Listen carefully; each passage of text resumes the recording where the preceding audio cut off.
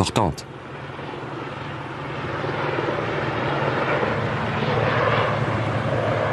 Atlanta, Géorgie, États-Unis. Le docteur Michael Sabom, l'un des fondateurs de l'Association internationale pour la recherche sur la mort imminente, exerce au Saint-Joseph Hospital. Une question essentielle reste sans réponse. Les courants cérébraux changent-ils au seuil de la mort? Des parties du cerveau sont-elles débranchées? L'enquête réalisée aux Pays-Bas n'avait pas livré de données à ce sujet. Lors d'un infarctus, les médecins font tout pour récupérer le patient. Pas le temps de faire un électroencéphalogramme. Mais Michael Sabom est tombé sur un cas inhabituel. Le dossier d'une patiente qui était morte selon les critères actuels de la médecine et dont on possède toutes les données minute par minute, même les mesures des courants cérébraux. Neurochirurgie, Phoenix, Arizona en 1991. Préparation de la salle d'opération pour une intervention délicate.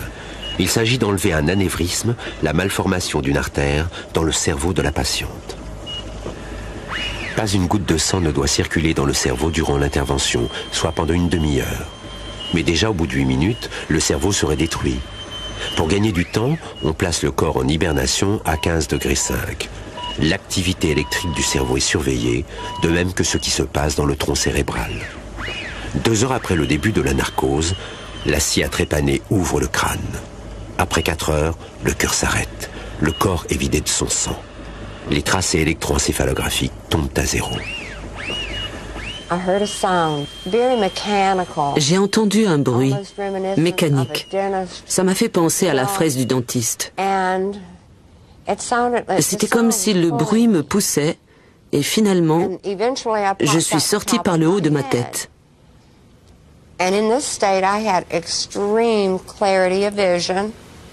Dans cet état, j'avais une vision extrêmement claire de la situation. J'ai remarqué que mon médecin avait un instrument dans la main qui ressemblait à une brosse à dents électrique. Il y avait un emplacement en haut, ça ressemblait à l'endroit où on met l'embout. Mais quand je l'ai vu, il n'y avait pas d'embout. J'ai regardé vers le bas et j'ai vu une boîte. Elle m'a fait penser à la boîte à outils de mon père quand j'étais enfant. C'est là qu'il rangeait ses clés à douille.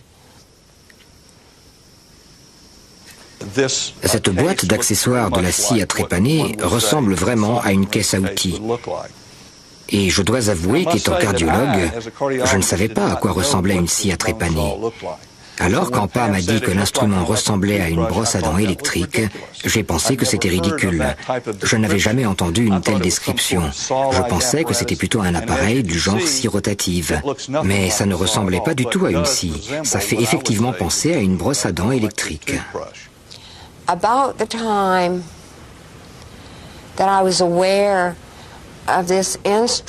peu près au moment où j'ai vu l'instrument, j'ai entendu une voix de femme. Je crois que c'était la voix de ma cardiologue. Et la voix disait que mes veines et mes artères étaient trop étroites pour évacuer le sang. Et le chirurgien lui a dit d'utiliser les 2 côtés. Quand j'ai comparé la description qu'a fait Pam de ce qu'elle a entendu pendant l'intervention avec le rapport d'opération, j'ai découvert que ce dialogue avait effectivement eu lieu.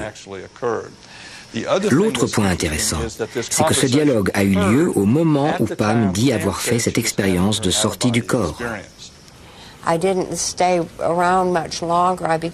Je ne suis pas restée là très longtemps. J'ai soudain senti une présence. Et quand je me suis retournée, j'ai vu un minuscule point lumineux.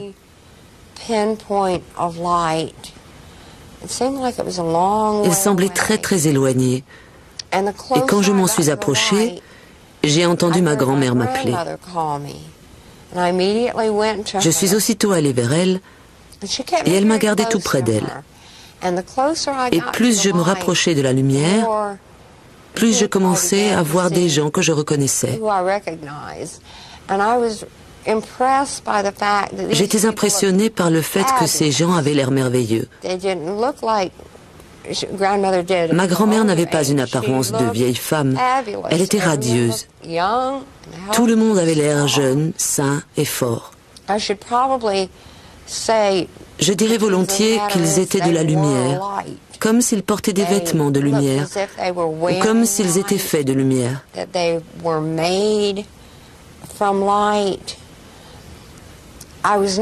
Je n'ai pas été autorisée à aller très loin. Ils me gardaient très près d'eux. Je voulais en savoir plus sur la musique, sur le bruit d'une chute d'eau et sur les chants d'oiseaux que j'entendais, et savoir pourquoi ils ne me laissaient pas aller plus loin.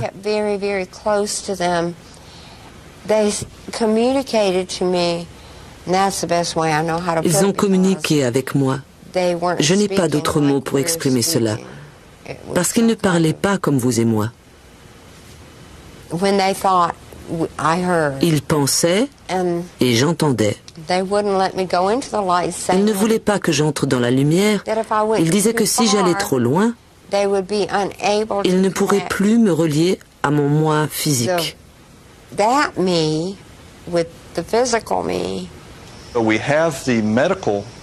Nous avons les enregistrements médicaux du moment où cette expérience de mort imminente s'est produite. C'est l'une des premières fois que cela arrive. Nous pouvons maintenant étudier l'activité des ondes cérébrales. Nous pouvons aussi analyser tout ce qui s'est passé dans le corps physique au moment où nous savons que cette expérience s'est produite. Cela nous permet de répondre à des questions telles que l'expérience de mort imminente est-elle déclenchée par une crise du lobe temporal ou par une certaine activité électrique dans le cerveau? Eh bien, la réponse est non. Parce que les ondes cérébrales étaient plates et que le tronc cérébral était inactif au moment précis où cette expérience a eu lieu. Mon oncle m'a ramené en bas, à travers le tunnel. Et pendant tout le voyage, j'ai intensément désiré retourner dans mon corps. Cette idée ne me posait pas de problème. J'avais envie de revenir vers ma famille. Puis je suis arrivée à mon corps et je l'ai regardé et franchement, il avait l'air d'une épave. Il avait l'air de ce qu'il était, mort. Et je n'ai plus voulu y retourner. Mon oncle m'a communiqué que c'était comme sauter dans une piscine. Vas-y, saute dans la piscine. Mais j'étais toujours réticente à le faire. Et puis, il s'est passé quelque chose que je ne comprends toujours pas aujourd'hui.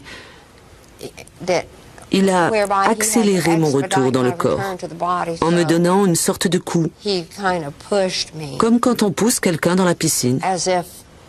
Et quand j'ai touché le corps, c'était comme si j'étais tombée dans un bassin d'eau glacée.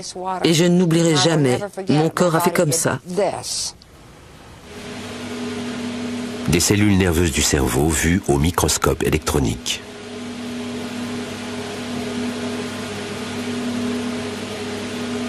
Amsterdam, Pays-Bas. Institut national de recherche sur le cerveau. Le docteur Ernst Romein étudie la substance matérielle dont sont faites les pensées. Sa théorie sur l'origine de la conscience a fait sensation dans la communauté scientifique internationale. Romein distingue le cerveau, cette masse grise disséquée des milliers de fois, de l'esprit, le bioordinateur électrochimique de la psyché subjective. Ce que l'on découpe et dissèque dans ce laboratoire n'est que l'expression visible d'un esprit qui prend racine dans un ordre physique plus profond, affirme-t-il. L'esprit n'est pas indépendant du cerveau, mais il est en relation avec un autre plan, situé en dessous.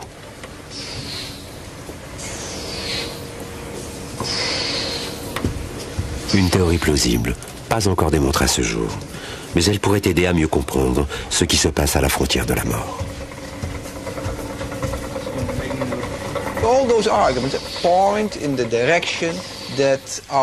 Tout semble suggérer que notre monde physique n'est que la surface d'une réalité infiniment plus profonde, comme la surface de l'océan sur laquelle nous flottons avec nos bateaux.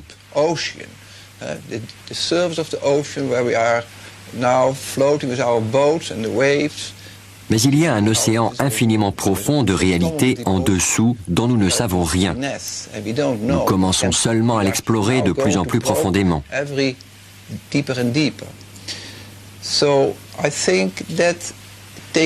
Je pense que si l'on rapproche tous les récits de personnes qui ont eu une expérience de mort imminente, on aboutit presque forcément à la conviction qu'ils sont des témoignages d'une autre réalité.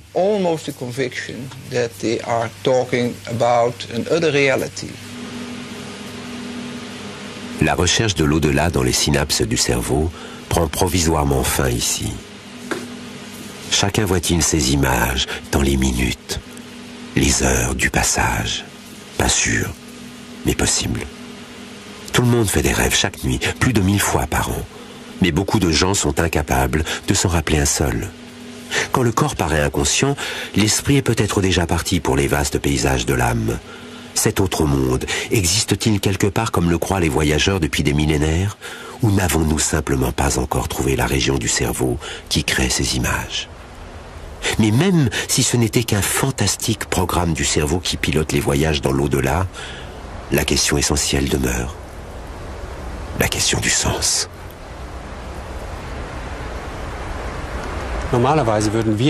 Normalement, on s'attendrait, en tant que médecin, à ce que le cerveau se déconnecte dans ces situations, à ce qu'il ne produise plus qu'un blackout ou des hallucinations confuses.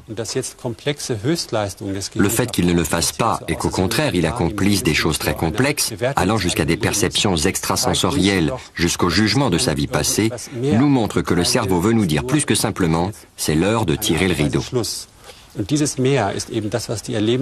Et ce plus est justement ce que les survivants disent, à savoir que le cerveau et l'expérience elle-même indiquent qu'il peut y avoir une vie après la mort, et l'expérience de mort imminente nous prépare en quelque sorte à cette vie après la mort.